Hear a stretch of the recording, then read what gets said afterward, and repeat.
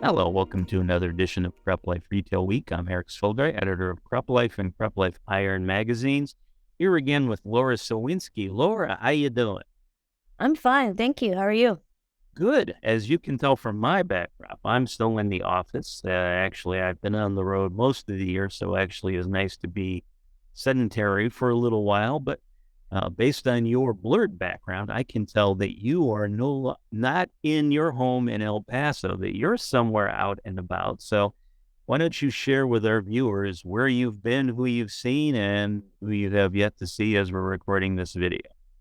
Indeed, I've upgraded the broom closet, as it were, and I'm in the Pacific Northwest this week with our colleague Eric Davis. We have been visiting a couple ag retailers and checking in on the road tour this year to celebrate, of course, the 40th anniversary of our CropLife Top 100. So earlier this week, I visited with Grow West in Woodland, California. They're just west of Sacramento, and had a really great meeting and delightful visit with Lucas Schmidt. He's the vice president and COO of Grow West. And we had a really good, comprehensive talk. We not only talked about the core business and how independent ag retailers are thriving in today's market, but we also talked about supply chain, which of course was fun for me. We talked about different strategies, really a lot about kind of the pros and cons of holding inventory versus a just in time, and trying to find that strategy that works in today's market, which you're not certain that supply is going to be there when you need it. So kind of finding that right buffer stock, if you will. And then we talked about trucking and diversifying the business and all that kind of good stuff that, to me, is music to my ears when it comes to supply chain. In fact, I wanted to mention, I know we've been kind of recapping some of the highlights of commodity. And during my discussion with Nutrien when I was at commodity, I talked about supply chain as well. And we talked about not only supply chain, the kind of the fundamentals of it, but certainly even for the seasoned pros, if you will, like Nutrien, for example, that they've even had to really, really, really take even a deeper dive into what they're doing on the procurement and sourcing side of things to, kind of adapt to this new market. So no matter where I go and who I talk to these days, supply chain is certainly a theme that we talk about. So I know I'm kind of taking up your time, but I just want to throw out a couple quick things. Sure. Speaking of supply chain, things that have kind of stood out for me this last week. We've been talking about trade patterns and trade negotiations and sourcing, sourcing and procurement. The drop in trade, the global trade, is just phenomenal. Every week it's like, well, we've kind of bottomed out. Have we not? Is it going to go further? And just a couple things from the news that I've looked at these last few days. So Maersk Line, the biggest containerized operator, shipping line, they've laid up 29 vessels, which equates to about 281,000 TEU, so 20-foot equivalent units. That's a lot of capacity that's just been removed from the market. Journal of Commerce is reporting that U.S. containerized imports from Asia have hit a 3-year low as of February. That's pretty profound. And, just other things that have stood out for me again on the global trade front that have ramifications for all of us, even in the ag space.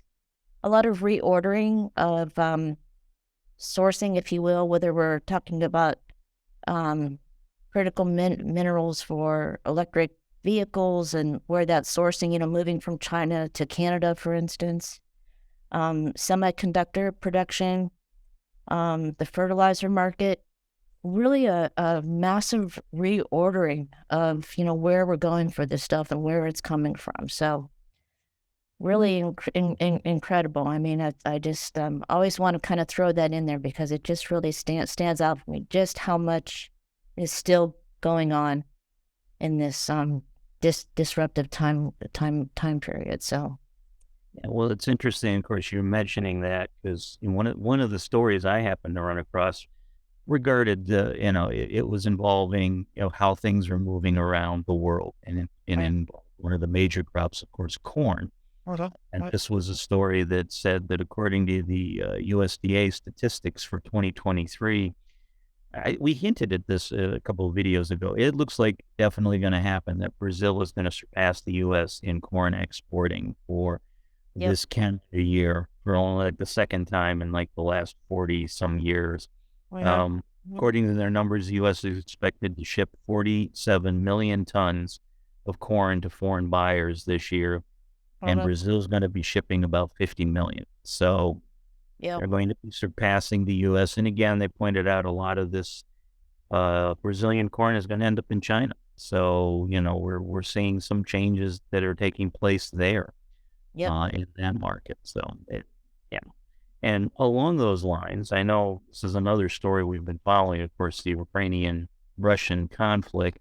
There have been, of course, a lot of worry about the ability of the Ukrainian farmers to get the grain out of their country to, other ports around the world that these grains are going to be needed to feed populations. And I guess there was a 60-day agreement in place with the United Nations that they had brokered that right, was allowing the grain to move out of the Ukraine with Russia's blessing. But now they've extended that as of just about a week ago to 120 days more. So there'll be more grain coming out of the Ukraine over the next 4 months versus just ending up at the end here of March. So good news for everyone who counts on that kind of grain, get their, to feed their populations and keep things a moving in their economy. So, yeah, indeed, good news. yeah. So, and again, as Laura had talked about on her trip, she had met, visited with the folks at Grow West, and again, as a part of our CropLife 100. So, for you folks who read the magazines and check out stuff online, the first story, which looks at cooperatives, will be in our April edition of the magazine, which should be out here in a couple of weeks, and that'll be followed up in the May edition with the focus on the independent sector, which is why Laura is visiting with the folks she is out in the West. It's been great. One quick thing. Sure, go Well, ahead. Dive in. so when we were visiting with Grow West earlier this week, it was in the midst of a torrential rain. Yeah, It there's was a lot about that in California these days. Change of pace for the unbelievable. last year or two. Yeah. Unbelievable, yeah. So, we did talk about, Lucas did mention about the restrictions and actually the movement surrounding groundwater recharge, and the activity, on the positive side about being able to do that, and the state working with ag, et cetera, to make that happen. But as a LA Times subscriber, still, that groundwater recharge news item is not only covered in the mainstream news, but certainly that was a big topic with Grow West as well. So, a silver lining to that, those rain clouds, they are able to, we're getting better, right, at capturing that rain and, recharging the aquifer. So some good news as well. So Yeah, well, hopefully we'll notice at the end of the year when we see the harvest numbers coming out of right, California and the folks in and around that whole region. If the numbers are going up versus a year ago, then I'm guessing that the water supply situation is lessening a little bit. absolutely, yep. Yeah. All right. Well, Miss Laura, you're on the road, but we'll end our segment as always we do. Time for fun with numbers. Alrighty, what do you have? What do you have this week? All right, what I have for you this week. This one's gonna be fun. I guarantee it, because you'll see where I'm going with this. Okay. So your number this week, it's a number. It's not a percentage, not a dollar amount. It is 446. 446. Okay. 446. All right. So is 446, Laura, is that A, the number of days since the Russia-Ukraine war started? Is it B, the average number of acres on U.S. farms in 2022? Is it C, the number of companies Brazil has authorized to export corn to China in 2023? Or is it D, the time Laura had to get up this morning, West Coast time, to record this week's video? Or is it E, the mile marker where I realized I need a 10th cup of coffee? All right, you're not allowed to add an E to my list, but Oh, I will say A. oh, Really? okay, and you're really going to kick yourself. No, I'm sorry, that is incorrect. It's only been about 400 days since the Ukrainian-Russian conflict began. Oh, good. But the correct answer this week, believe it or not, this number 446 showed up in two different articles.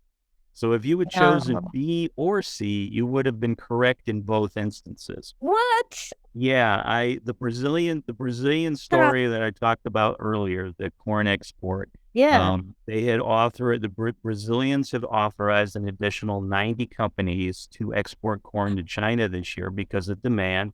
And the total number of companies now exporting from Brazil to China corn is 446. What? But coincidentally, I also ran across a story talking about the number of farms in the U.S., and the average farm size in 2022 was 446 acres. So you had a very good chance of picking the right answer, because there were two correct answers this week, and you picked the one wrong one. Laura, I'm knocking you down a few pegs for that one. That is just bad. That is just bad. Well, how do you know that E wasn't correct? That it wasn't the first? Well, let's see, because I didn't give it to you as an option. Oh, brother. Oh, well. I have. Well, anyhow, hey, just one other thing, since we're talking about fun with numbers, of course. Any guess farm size? What state? I was surprised when I saw this. What state in the country has the largest average farm size as of 2022? Is this a multiple choice or? No, I'm just curious. It's a Western state, but it's not the one I would have guessed. Yeah, I'm gonna say Oregon. No, actually, believe it or not, it's Wyoming. Oh. 2,395 acres is the average farm size in the state of Wyoming. A close second was Montana, which to me makes a lot of sense given the space, 2,137. But yeah, Wyoming leads the nation in average farm size, which I would have not guessed. Yeah. Well, that's good. See, we learned something as well. Not already. Always trying to be teachers, yes. All right. Well, Miss Laura, I hope you enjoy the rest of your swing out west, and look forward to getting you back in office or broom closet, as it worked, next week for our video. On behalf of myself and everyone at CropLife, I'm Eric Sfiligoj. Thanks for joining us. Hope you see you again soon.